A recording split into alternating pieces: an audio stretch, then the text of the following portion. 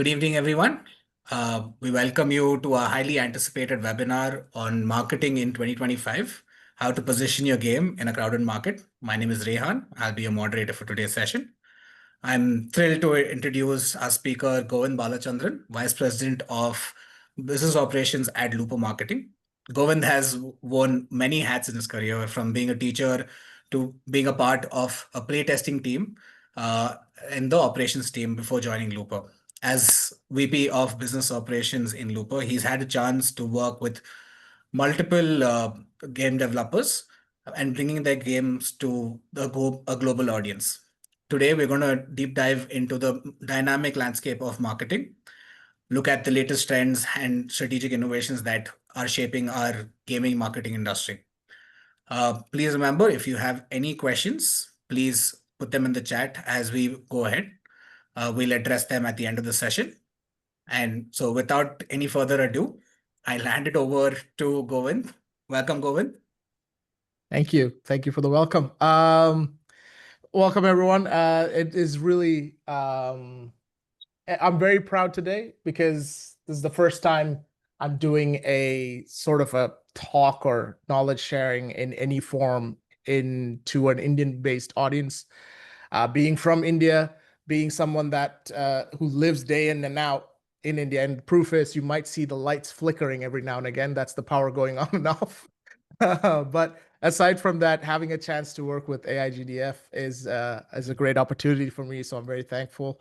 Marketing, when it comes to marketing, I'm just going to start requesting to share. Let me see if that works, just so we can get that in here. Yep, I can. Okay, so I think that works. Okay, I might need your help here, Rehan, to just confirm if you guys can see this. Yep, good. We can see that. Yep. All right, perfect. Okay. Yeah, so marketing, people tend to believe that marketing is this expensive, anything you do will cost you thousands of dollars, costs hundreds of thousands of dollars. You need actors and actresses to do things, but there's a lot of things that you can do yourself that comes under marketing. And you might be doing this already and not even realizing what you're doing. So while it would take a long time to deep dive into every trend that's possible because we have a huge variety of developers, I believe, joining us today. What I can give you are the tools you can kind of approach no matter what your platform, what type of game, or what your objective is. Because sometimes marketing, the objective isn't to get sales. It's to get your brand recognized. It's to get noticed by an international audience. It's to get your, some people want to get their face on a magazine. It's totally fair. That's okay. But that's also marketing. So today I'm going to go through what I consider are, if you are a game developer, what you need to do or think about when you're approaching marketing games. And this is something that is applicable in 2025. It was applicable in 2024. And I think it's going to be very applicable moving forward as well, because marketing has had a type of shift from being very product-based marketing, whereas you have a logo or the picture of an Adidas brand or a Nike brand make you stand out. Now it's going towards human-based marketing, where it's about the influencer showcasing the Nikes. It's like, oh, I Show Speed wore this, so it's great. It's that mentality that we've seen in a consumer shift. And this is good because you can use that for your games as well. Because product-based marketing takes a lot more investment, in my opinion, than human-based marketing. So we'll just go ahead and start with, who am I? My name is Govind. I started my career in Dubai as a manager of a training company, which I have no connection with anymore. Then I was a teacher for 5 years, including COVID. So this is like PTSD for me a little bit, with sharing the screen and saying, can you hear me? And can you see the screen? And if you guys were students during that period and you thought it was bad, trust me, it was worse for the teachers. So after that, I joined a playtesting company, worked in the operation side of things, but started doing marketing within the company. And then late 2023, I joined Looper and has since been director and now vice president. So what I do at Looper is basically this, but more of a one-to-one. I talk to developers one-on-one, either at an event like in Gamescom Asia, where I met Rehan and Didi, or one-to-one over a call, and just hear them out. What would you want to achieve from Looper? And then I put together an action plan and I execute it. I'm not going to pretend my job is very difficult. It's actually a very easy job. I'm just very glad I get to do it. And if you love gaming, which I do, talking to developers is like what I believe if you like music when you talk to bands. It's like hearing the people that create the things and hearing from them. And whenever you get an opportunity to hear from someone that is passionate about their project, it's always time well spent. So that's me. And when I say Looper, what we do at Looper is a very client-driven approach. It's about making sure we start with what you want and then go from there. I'm not going to spend too much time here. This is not why you're here. I totally understand that. I'm just giving you a little backdrop so you know I may know a little bit of what I'm talking about. And then these are just some of the titles we worked on, some of them in the past year. Detective Dotson, you'll recognize. We did the Western marketing for that, including getting Shaolin a podcast interview with the BBC. So that was a very big moment for us, and I'm something very personally proud of. And the other titles, we've had PR and influencer marketing and so on and so forth. And this is basically the 4 branches of what we do. We do PR and media, we do influencer marketing, and then the digital marketing is social media, paid advertising, and sponsored content. It's also kind of paid media, but also when it comes to influencers and paid influencers. But now let's talk to what you guys are here for, marketing. What is the biggest secret in marketing? It's like everyone thinks marketing is this huge insurmountable, like you need to know the expertise, you need to know how to do it. The really big secret in marketing is anyone can do marketing. Absolutely anyone can do. If I can do marketing, anyone can do marketing. Trust me. There is a cost to it. So you can have a really good idea, and you may know how to exactly put it, but even if it means going on Canva or going on your Photoshop and tinkering on the post and the image and the assets, there's a time cost. The other cost is, of course, you might need to learn certain ways to pitch a game to IGN, to GameSpot, to Kotaku, all those media houses. Or you might need to know how to approach influencers. If you're a creator, you have some basis on how you would like to be approached.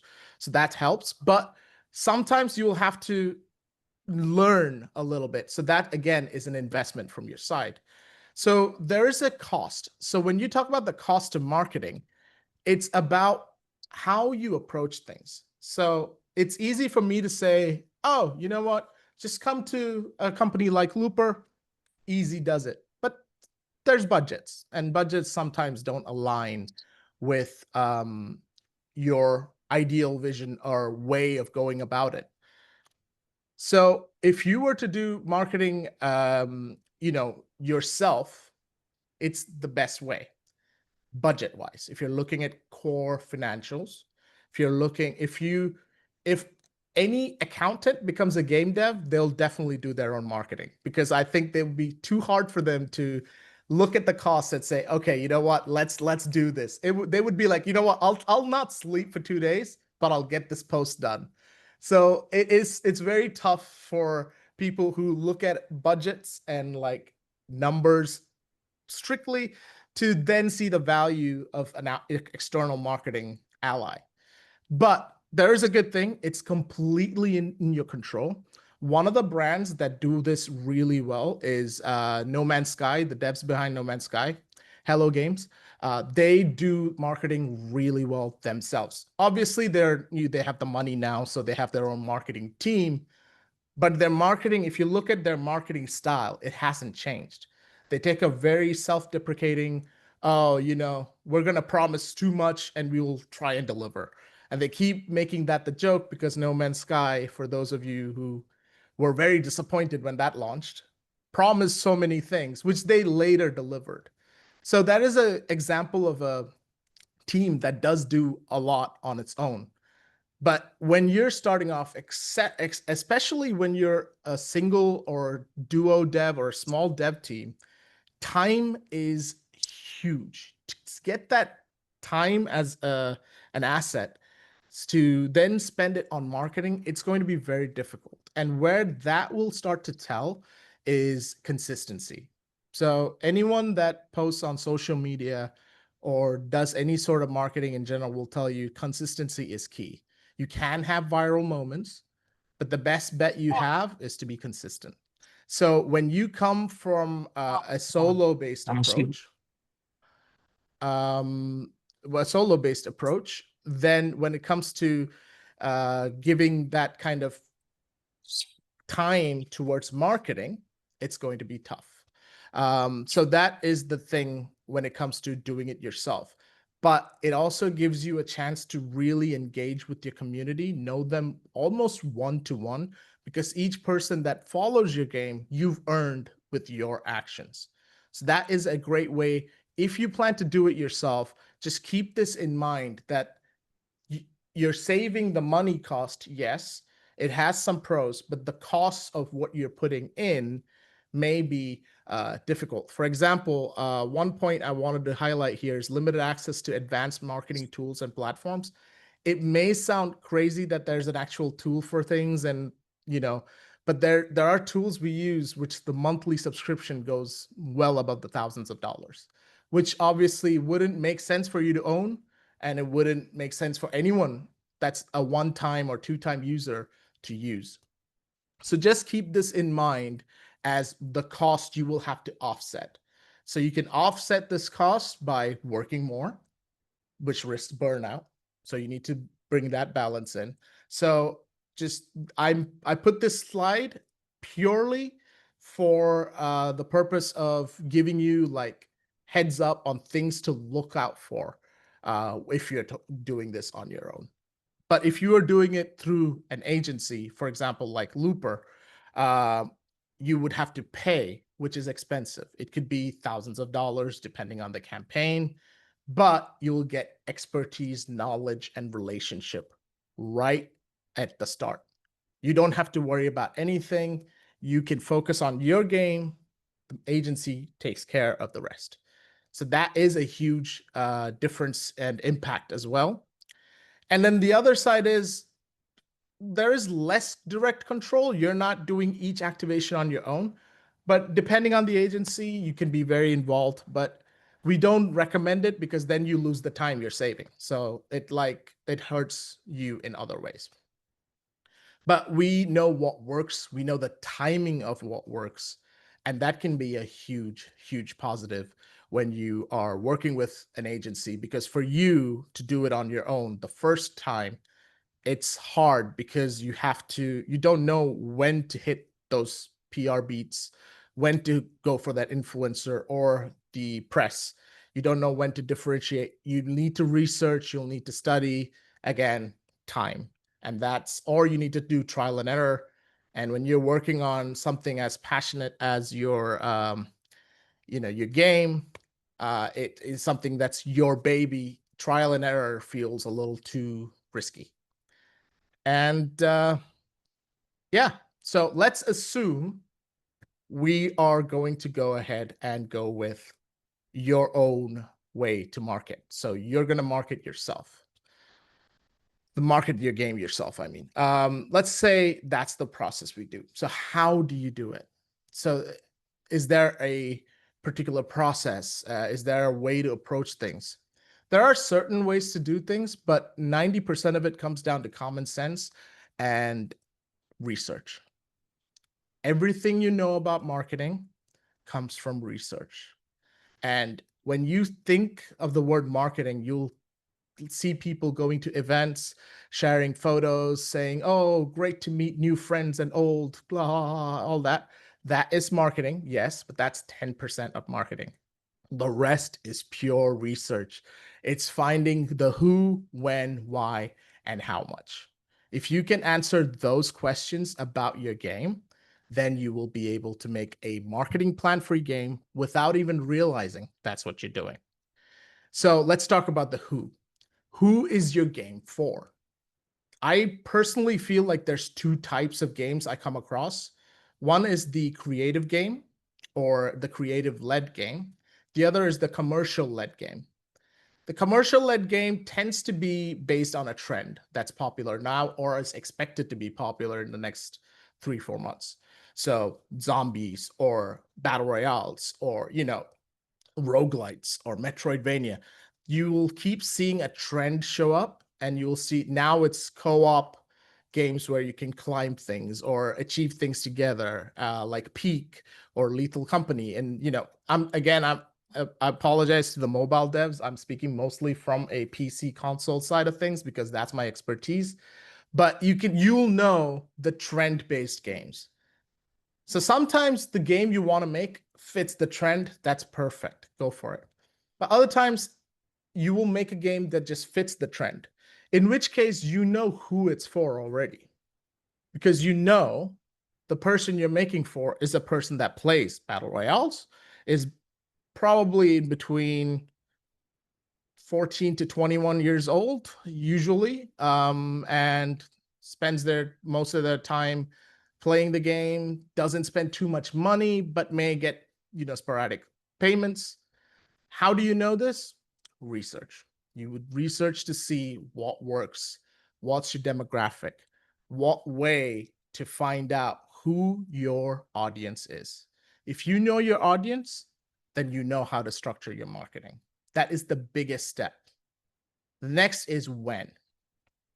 Now, when I say when, I don't necessarily mean when to start marketing. We'll come to that. I mean when to release or when to hit the influencer, when to hit the media. We will cover that a little bit later, so don't worry about it. But that's the second thing you'll need to research. Why you need to research? For example, I can tell you right now, don't release a game May 2026. Most of you in chat might know why I say don't do that, because GTA 6 is coming out technically, unless it's delayed again. But it's not because if you release a battle royale game in the same month as GTA, it's not going to do bad. It's not because of that. It's because of availability of media and influencers. So if you think of, you want X amount of people to cover your game, you want X amount of people to play and stream your game, showcase your game. If they're busy on this big blockbuster game, you're going to have a hard time convincing them to check out your game. So that is a huge thing that impacts releases. And I feel this is not something most independent devs think about. I've met with people that come to me a week before release and say, my game's releasing next week. I already told Steam that this was the way it's going to go, but I don't know how to do it. I don't know what to do. I also noticed that, for example, Mafia Old Country is coming out next week on the same day. That is a challenge then you're just locked into. So while you have flexibility, again, mobile devs may have more flexibility with Google Play, but with Steam, I believe you're pretty locked in once you go to a point. So that means you need to do your research of when your game needs to come out. It is also important, if your game is horror, you want to do it in October, but you don't want to go to November because that's holiday season and all the AAA games are going on sale. They'll have their attention. Press go on holiday too, and influencers also take breaks. You don't want to go into that dead zone of November, December. That's the months you want to avoid. But that's the when. Why? Why should someone, and I'm not talking about the customer, not the person that's paying to play your game, that's the who, but why should media care? So when you draft your email, when you draft your pitch to influencers, to media, if you can give them a reason to connect to the game you're pitching, you can have a higher response rate. Simple as that. Purely because that's just how people are. If they see something that they like, That's just pure psychology. Being connected to the game. For example, I love cake. If somebody says, oh, this thing tastes like cake, but it's a drink, I would be like, okay, cool, I'll try that. Same concept. Think about it in games. So again, the research happens on finding your game, finding the best versions of your game, like best performing releases of your games type. So for example, if when we did Detective Dotson, one of the things we saw was Dave the Diver kept coming up. And that wasn't us, that was just the community saying it. So that was really useful for us when we approached influencers, and a lot of cozy creators and influencers responded in that way, and they were very happy with it. So again, it comes down to finding the core audience, but also finding a way for you to introduce this game to an external larger audience. And then the the most, I think the favorite part of the Indian audience is how much. You could go to a car salesman, and the first thing we'll ask is how much it'll give. How much will it give? How many? What's the mileage like? We like knowing how much we're gaining or the deal we're getting. And I say we because I'm like that. I love a good deal. Okay. I have a hard time during Amazon or Flipkart or whatever website that wants to take money and give me a box of soap. But that kind of approach of, oh, this deal is, I can't miss this. I need this. So how much is the price point of your game? Usually the way we recommend to devs is if you have a high price point and a low price point. So think of the smallest number you'll sell and think based on your research, the highest number that warrants the purchase, find the middle ground. And it's usually for small games, $7.99 to $9.99. That is your basic kind of pricing. Now, of course, for mobile devs, I know the whole monetization is completely different. If I told you how to do it, I would be pretending to know how to do it. But what I will say is use the same concept in that case of researching your, I wouldn't call competition, but people that are similar in your sphere that have done, see what sort of cost practices they have, sort of pricing they'll go with, and then go from there. And that's basically the main questions you have to ask yourself when you're researching for your game. I think when you create a game, right, you put so much effort into creating your passion project, your baby. You're putting so much effort into creating that. I feel like this becomes an afterthought. And the reason I say that is because it becomes a thought of, I'll think about it when it's close to release. I'll think about it after I sign with the publisher. You won't have to think about this if you sign with a publisher, because the publisher usually handles this. They may be handling it well or not. That's another thing, but they will usually handle this. Nowadays, especially before publishers get involved, they want to see you have a proof of concept that works. Like that people, the community that you're building want to play this game. So if you can think of these 4 questions, and I'm sure developers, you will know a lot more about your game than anyone else ever will. So then think, how or why would someone else want to experience this? You answer that, and then you'll be able to easily plan how to market it. Because that's the key, is just knowing your own game, knowing your audience, and finding a way to connect the dots. That's basically it. So here's the other question that I said we will come to. When do you start marketing your game? This is very, I think in a lot of ways, quite challenging. It's a daunting task. Some people say, okay, I'll wait for my trailer. I'll wait for my Steam page if it's on PC. I'm guessing Google Play, App Store has the same process, where you collect wish lists and so on. But something like, oh, you know what? Let me wait till it looks good and ready.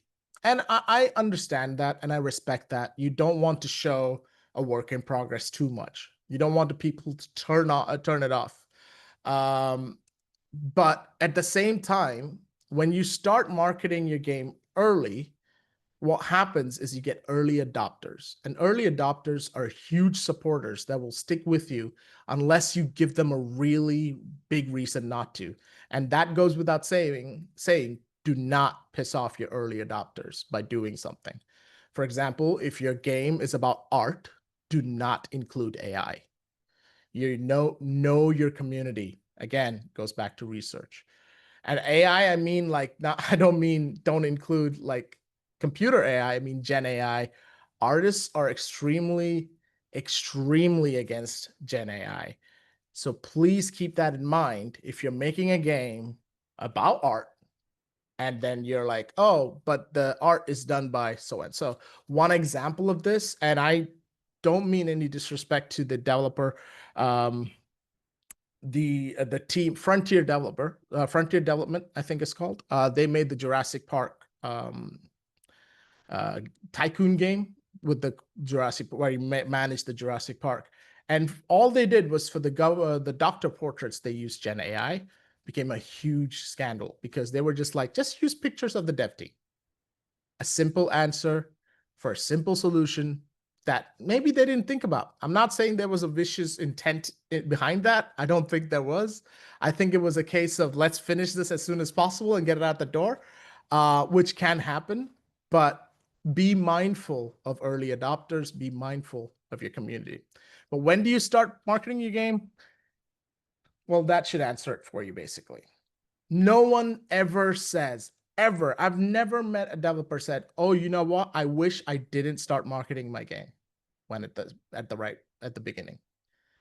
Because it's important to get your game out there. The reason is you are in a crowded space. That, I think, goes across all platforms. It doesn't matter if you're on Steam. It doesn't matter if you're on Play Store or App Store. You are in a crowded space. You can stand up from it by two ways. One is high impact. High impact usually means either a viral moment or a lot of money invested. The second way is build. You build your audience, you build your community so that you have something to offer ahead, and that you build that loyalty, and that brings you the attention over time when they see the growth of your game, and that may even lead to moments of virality. You cannot have a viral moment or a moment where everything just blows up great for you if you're not there putting up moments. Every 100 viral video, there'll be 1,000 of them where no one noticed. So that's something that you have to keep in mind. And that's where the consistency aspect comes into play. And I know completely well how hard it is to manage time to make it so that you can consistently post and create content, work on your game, work on your 9 to 5. I completely understand that. But there is something to be said about realizing the importance of it. I'm not saying post 3-4 times a day. I'm not saying listen to Instagram gurus and post 5 reels a day for 50 days, but post with a decent rhythm. Post 3 times a week. Something, put it into a block of time in your day. Get your social media marketing going. And that's the first step of marketing you can do. And the reason I say that is because when it's even inception of the idea you have, you can start sharing it. And I'm not saying share everything so that somebody else like, oh yeah, I like this game, I made it, and copy it. But share things, share snippets, share teasers and concepts, just enough so that people know what they're following, people know what they're building. And you go from there. And from social media, again, we kind of covered all this, but early adopters and playtesters are crucial when you come later into your dev cycle, because these are the ones that will convert the first, and playtesters are ones that will try out the game, give you feedback without costing you a penny. There are playtesting platforms that either charge or not. I used to work at one, as I mentioned earlier, but it's also a great litmus test of your concept. Sometimes a game you want to make is a game that not many people want to play, and that's okay. But it's good for you to know that going in rather than know it 6 months into a dev cycle where you're trying to release in the next 6 months, and you're hoping for a lot of sales.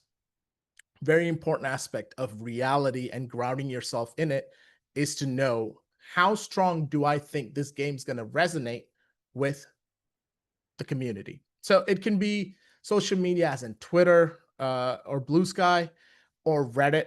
The only thing I will say about Reddit, I love Reddit. I use Reddit quite a bit, but it's a knife's edge.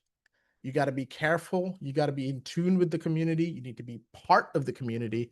You don't want to come off as somebody just shilling a concept for money, because while we know that's not the case, that you're sharing your passion, when somebody sees this happen a lot, like a normal Redditor is exposed to it quite a bit, they can be cynical and they might have feedback you don't want to hear. So just be mindful of that when it comes to Reddit, but it's also a very useful platform. And I know it's banned in India, but TikTok is not banned in most of the world. And it can be very useful, especially for mobile games. I think Instagram and TikTok are huge.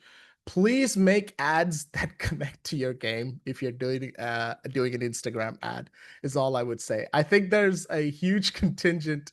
I think you all already know the fake game ads. And I think at this point, they're doing it like a meme. They're like trying to just, catch their attention any which way. But I tell you, if you make an ad saying, this is my game, this is how it plays, and you're transparent about it, that alone will give you organic growth. But yes, start early, share your concept, use it as a litmus test, build that community right from the start.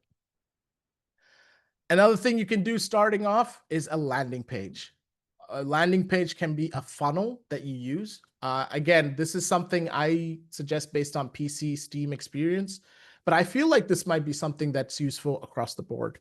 Have a newsletter sign up, have something like, have the ability to showcase when your game is doing a reveal, a milestone. We'll come to that in a second, actually. And just think about ways to use that newsletter to stay engaged with the community. Use that landing page as your funnel point. If you don't have a Steam wishlist kind of action like in Google, where I know there's some registration and stuff, but I don't know if that's available to everyone.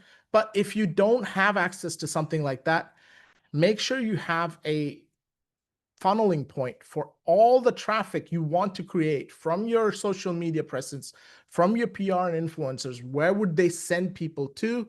Should be your landing page. And you start early. It has SEO benefits. It has ability, like, Google will crawl and all that beautiful stuff.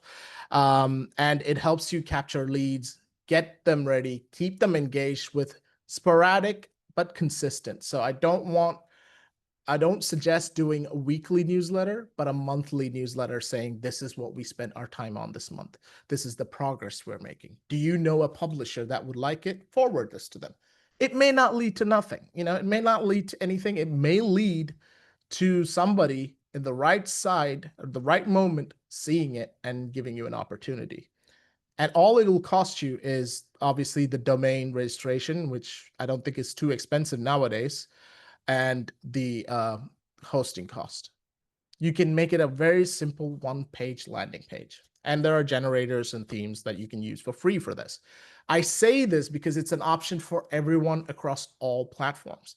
It's a great way to catch your marketing and then decide what to do with it. Instead of when you have a nice, viral tweet or a viral post on Reddit, your marketing and your traffic funnel kind of stays there. It doesn't intersect. It doesn't come to someplace where you can reactionarily do something with. This will give you that opportunity, which is also why if you look at all the biggest brands, when they do something, even if they're doing something through like a platform like Amazon or Flipkart, they will have their own page with the notify me. That's basically this, getting information on possible potential customers. So that is a really good way to do it. And one easy way is to have, like, when we're talking about playtesting, we will reach out to you and make sure you have, first dibs. And that alone can make some people sign up. I've personally signed up to certain games purely because I like the look of the game. I want to be involved in to know, and I want to be the first to try it because there is that element of, oh, I tried it first. And all gamers have this. This is something we all thrive on. This is the reason we have leaderboards in gaming. It's not because we are very competitive as people, it's just we like being first. I guess that is competitive. But next thing is game page. Now I put Google Play and App Store in there. But honestly, I don't know if this is possible. So in the later stage, please let me know if this is something that's possible. But have your game page ready. This is again a funneling point. You want something that bounces off all your platforms to go into, and it acts as a reverse funnel to the sense that if somebody finds your game on Steam, on Google, on App Store, they can find your website, your social media handles. They can see what work you've done, other works you've done. This is also great if you're doing your second or third game, a great way to funnel that traffic into your previous works because it helps you kind of create that funneling system where it just goes around and around within your own creations. And also, if you are doing a Steam page and a Steam game, please make use of the updates. The Steam blog and the updates section is huge for maintaining wish lists and activity and the community in Steam overall. It helps you convert and keep those wish lists to sales when it comes down. One game that did really well, and I know it's not really an indie game, is Dave the Diver. Again, they did really well leading up to the release, and this was something we looked at when it comes to Detective Dodson. And while we couldn't communicate in the same, velocity as Dave the Diver, I think it's a very important factor to keep in mind moving forward for any dev. And again, if this has an equal way of doing it in Google or Apple, do that. If not, use the newsletter on your website. Keep sharing your progress. People love cheering you on. Give them a chance to do that. And then I have some events. This is mostly based on the Indian market and the mobile market, of course. But if you're looking at other events to go to, if you're a horror game, make sure you hit up Indonesia. I think it's IGDA, the Indonesian game event over there. It's huge for horror games, but you will be walking into a very tough market, competitive market, purely because Indonesia loves their horror games and they love making them. But there's a lot of publishers that go there predominantly to find those games. Another one that's easy for us is Vietnam. Vietnam is actually experiencing a really nice boom as far as games and developers are concerned. So they have their annual event. It's easier, it's economical, it's more affordable for us to go. And I think it's Visa on arrival. Same thing for Thailand this year. Gamescom Asia is in Thailand. Great opportunity. When I went, it was in Singapore, very expensive. But thankfully, Thailand is not as expensive. Again, Visa on arrival for us. So these are events that you can go to. And the reason we're saying 12 months is purely to showcase your work. Networking can start whenever. You have a game idea 3 years from now. You want to start networking now. Nothing's stopping you.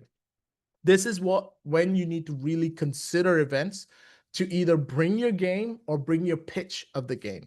This gives you a chance to connect with industry leaders, influencers, and Southeast Asian influencers do take a lot of effort in attending their events. So if you're looking at promoting in the Southeast Asian area, you have to take into consider like Level Up KL. There's a great other one that's in Malaysia. There's a lot of creators that go there that will be really good for you to have and make that contact. And once you make a one-on-one contact, approaching them later makes it a lot easier. What I see developers do and not do is they meet and go. They love meeting publishers. They love meeting investors. I totally get why. I would be the same if I was looking for something like that. But what you should also take some effort in is meeting the media. IG in Japan was at IGDC. I had a chance to meet them a little bit. I met them again at Bit Summit, different person. I met Daniel this time, but meet the media. Say hello. Say, what's your name? Nice to introduce. Just introduce yourself. Get your foot on the door, and then you just down the line, you can always recall and be like, I remember meeting you at IGDC. This is the game. Is there anything that we can do? Is there any possibility? That alone opens up so many avenues. So when we're talking about networking, you obviously should always meet with the game dev community, which I think AIGDF, IGDC is a really good opportunity to do that. But when you're going to an event with a commercial mindset, I would prioritize obviously publishers, investors, if you're looking for those, media and creators.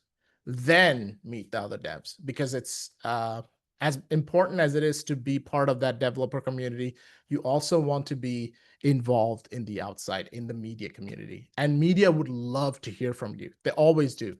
They love talking to developers.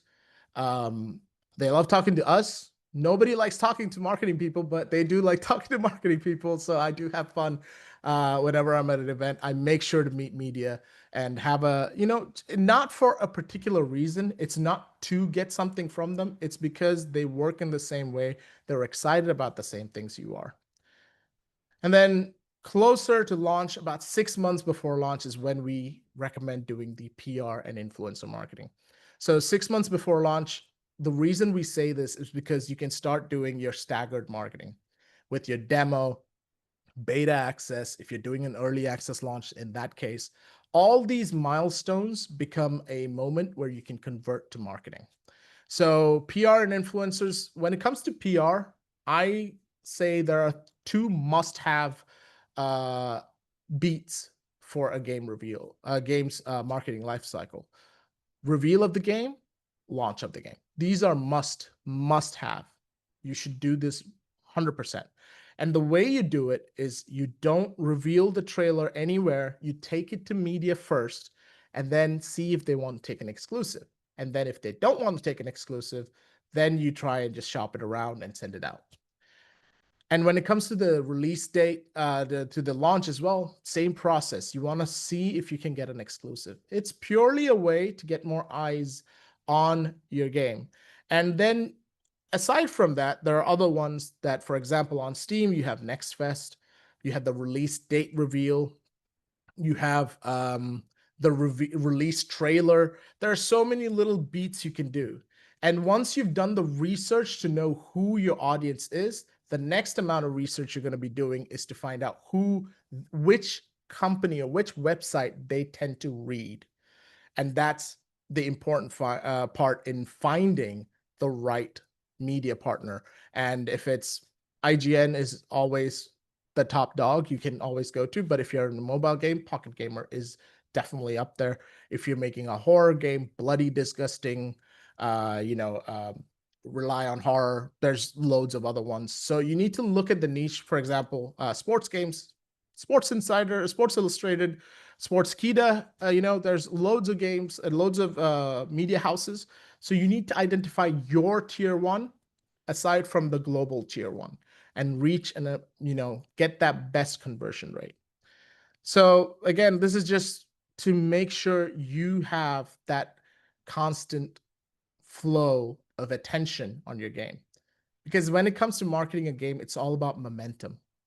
Think of it as like when you're pulling back at slingshot. Whatever you put on this side, however far back you can stretch before you launch, the better the launch, theoretically, right? All you can do, what happens until you launch it, you can't predict. But what you can do is prepare yourself so that it has the best chance of launching. So paid advertising, this is something that's usually applicable, especially for mobile devs. I prefer Reddit, Twitter, and Facebook. And by Facebook, you can include Instagram in there, Meta as a whole. I think that's stronger than YouTube, although YouTube has shown certain things. But for games in general, I feel Reddit and Twitter are super strong. I don't like Twitter personally so much anymore, but it still has a lot of eyeballs on there, so it's worth looking into.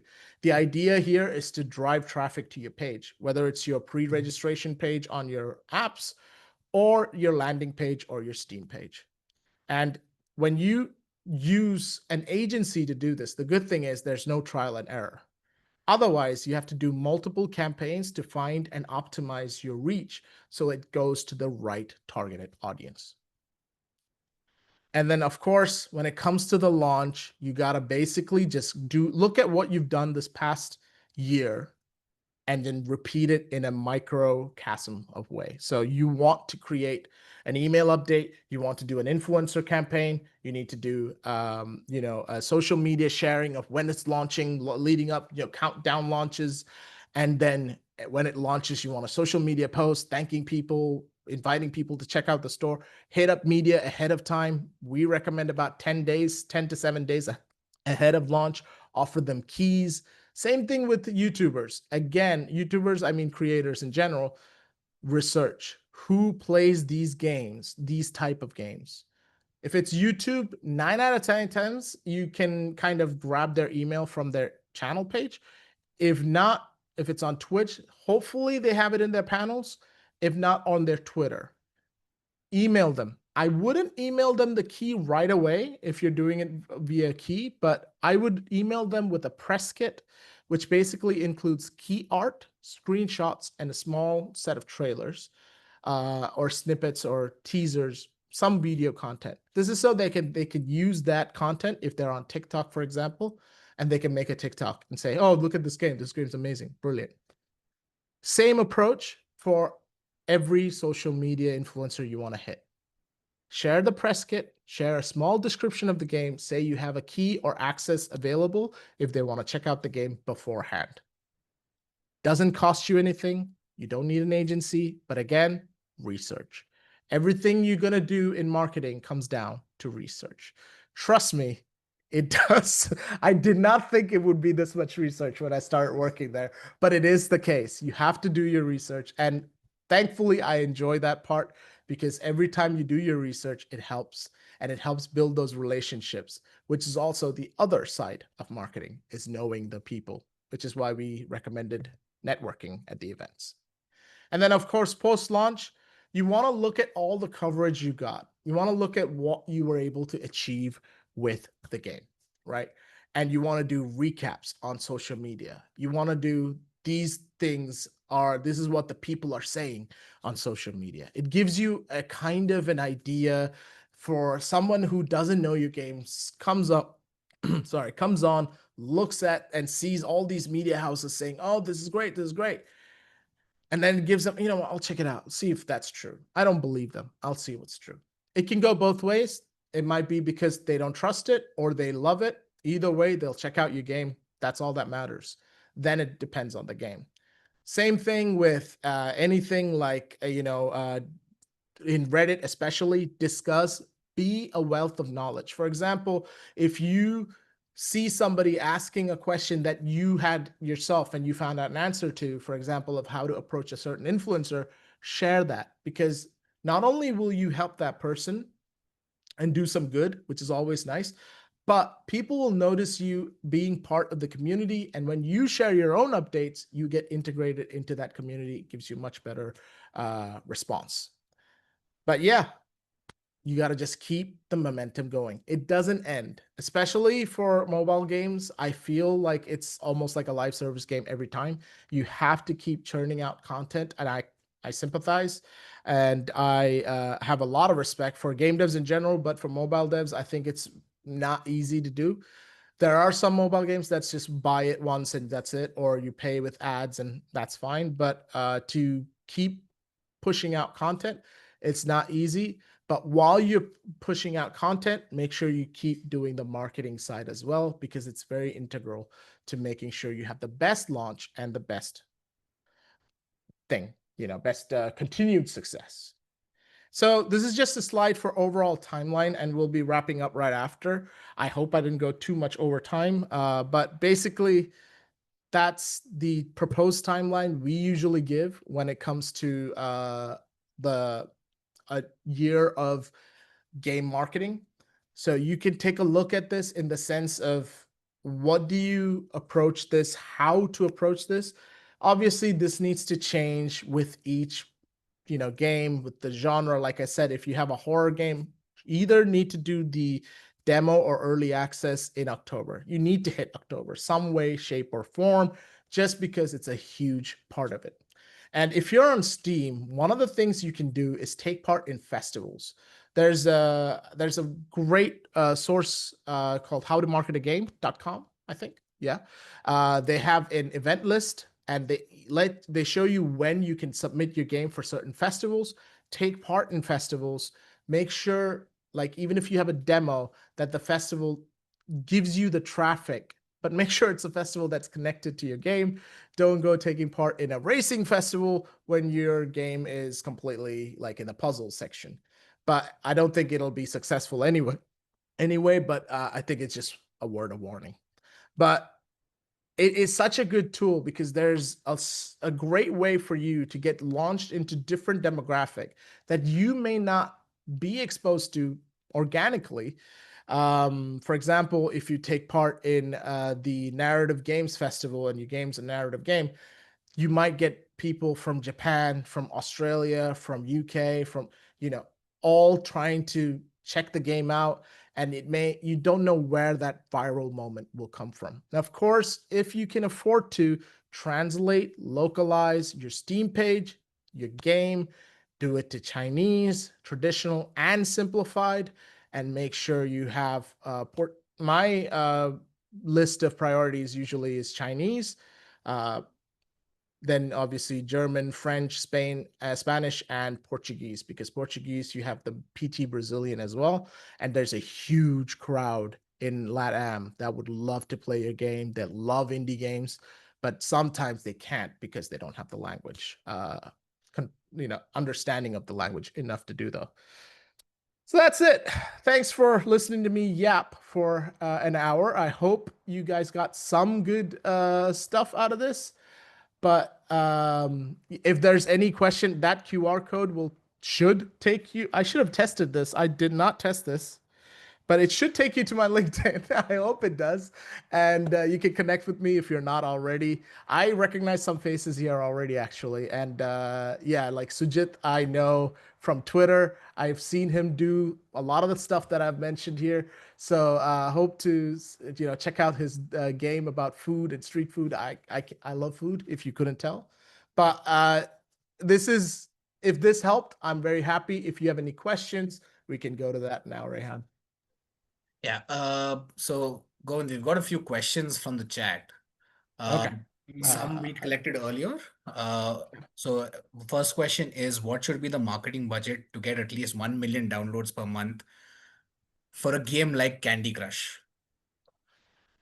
It's tough. Again, my experience is mostly based on PC and so on. So I don't know. Honestly, I wouldn't be able to tell you what the marketing budget would be for a mobile phone.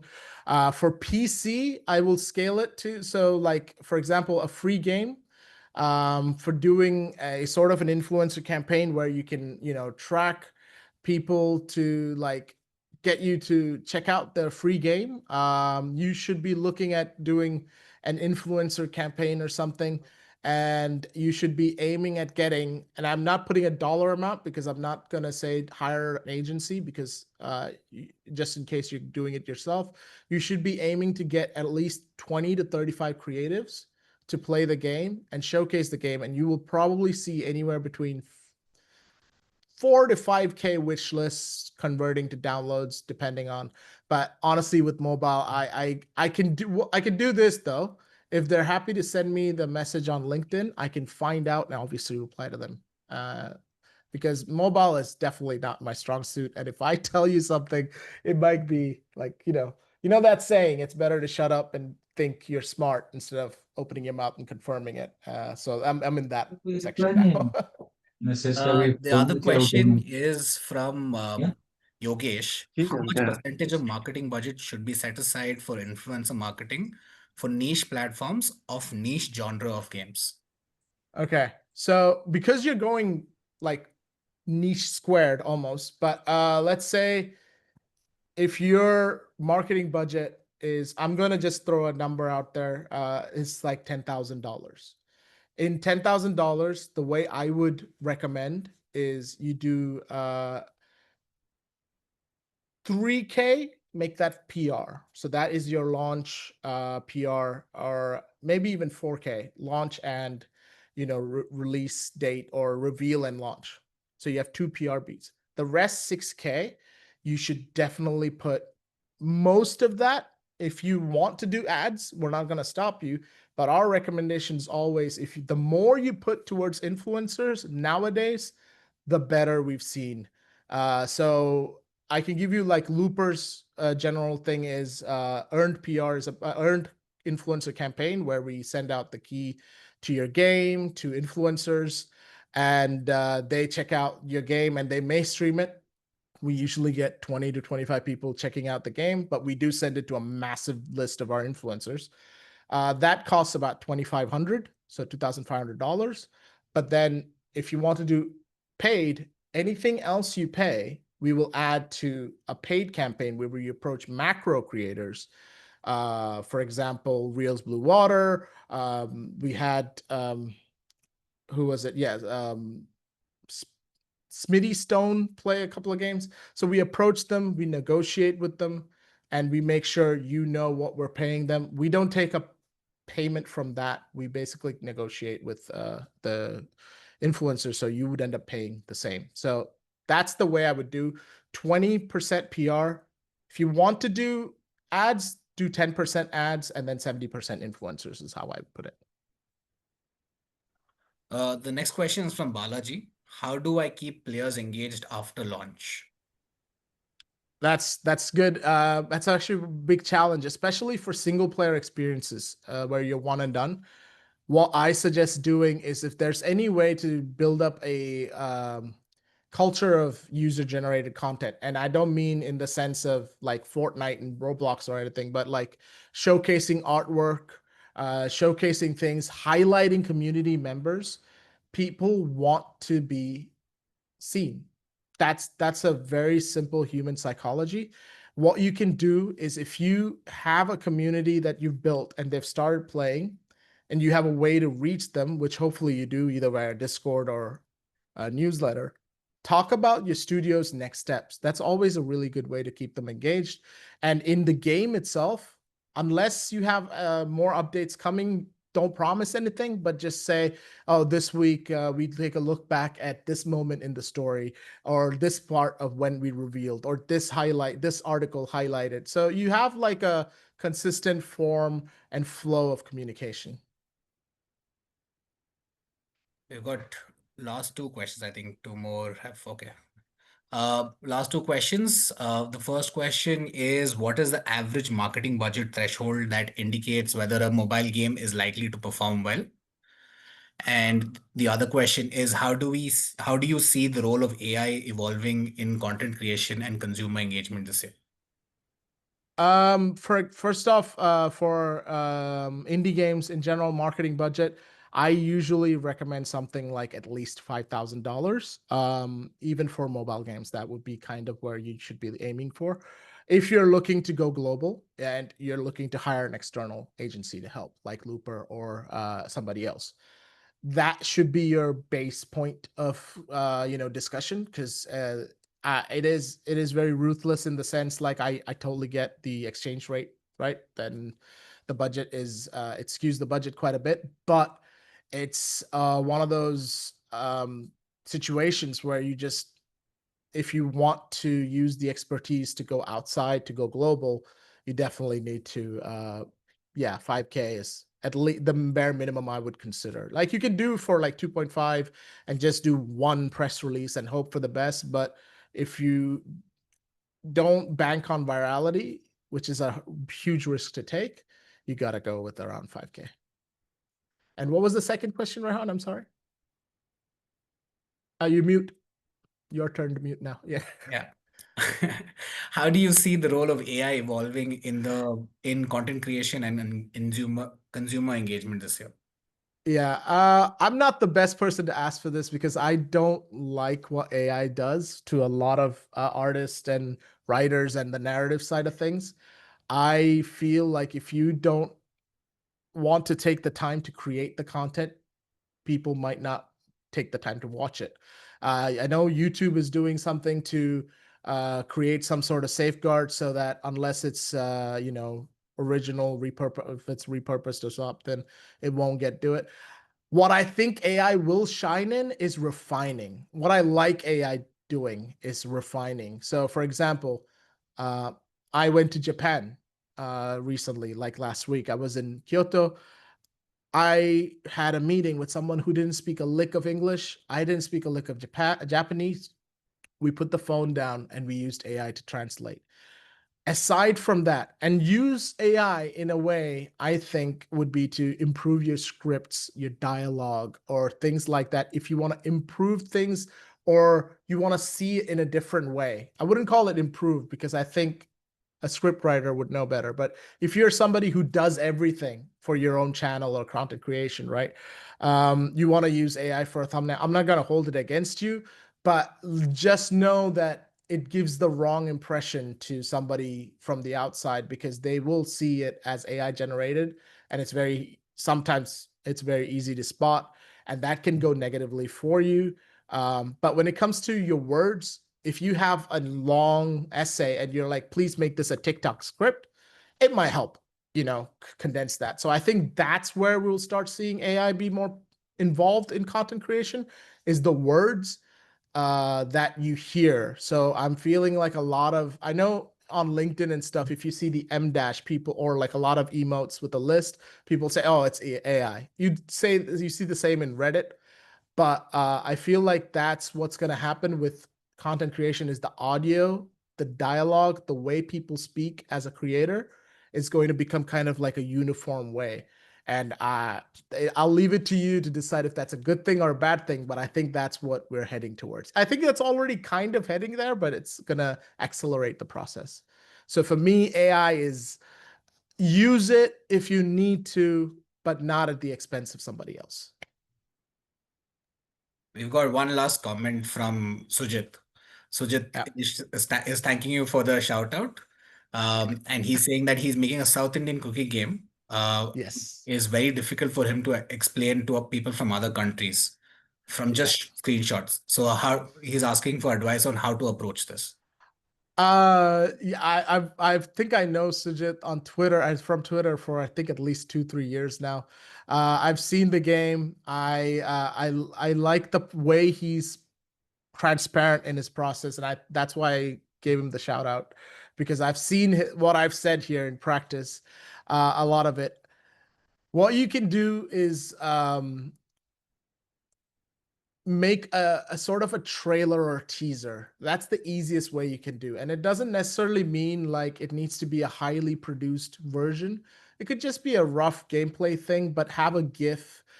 GIFs are very, very useful when it comes to marketing your game. When I talk about GIFs, I mean in for articles, for blog posts for yourself, for social media in Reddit and stuff. It's a great way to showcase something so they know the action happening. Screenshots tend to take that away. So I always prefer doing GIFs when working with a game that's hard to explain with just a picture. But I think Venba has a really good, you know, what do I call it? Roadmap for you, kind of. So what I would do is see the kind of communication they did leading up to their release and see how you can convert that to match your style. Because I know Venba wasn't about cooking really, it was about the narrative experience, but you can still see what was used. Again, personal experience, Detective Dotson. One of the things we did was the South Indian foods no, Indian food, sorry, not so South Indian food, but Indian food in general. We kind of showcased like pixel art. So we did one dish a day, something you could do, like what does this dish look like? And then juxtapose it with this is the real thing. This is what it looks like in game. And then you can do progress. This is what it used to look like when we started working on it. This is what it looks like now. We have an artist with us. This is what it's going to look like. You can do a lot of ways to kind of show the progress. But yeah, that's my suggestion. But I have seen that game and I look forward to playing that game because again, I love food. That's all the questions we have right now, Govind. All right. I'd like to thank you so much for taking the time out, sharing your expertise and your insights. This has been truly a great session for all the game devs on on call. Everyone's thanking, going crazy on the comments. So thank you so much. For the uh audience. Yeah. We'll have the recording of this session out soon. So if you've missed something, if you want to take some notes, it'll be available with you. Please do not forget to follow Govind and Looper on LinkedIn and any other channels that you have, Govind. Yeah, I was just gonna say what I can do from my side is Rehan, I can or Didi, I can reply to the email with this deck that I used here today, so you can share it with whoever that needs it. If you have any questions, I'm very reachable on LinkedIn and on email. Feel free, even if for sure like, oh, the budget's not there. Don't worry about it. The worst thing that could happen is we talk about games for 30 minutes. I think there's no better way to spend time. So no issues there. If there's something I can help with, if you want to run something by me, always have my doors open, my inbox is open. Please let me know. But it's been great. And I hope I wasn't too fast and I hope I wasn't too boring in the presentation. But thank you all for being, well, I don't think you had much of a choice. I think you were being very patient for me, but thank you. That's it from my end. Yeah. All right. Thanks, everyone. From behalf of the entire team, have a wonderful evening. Thank you.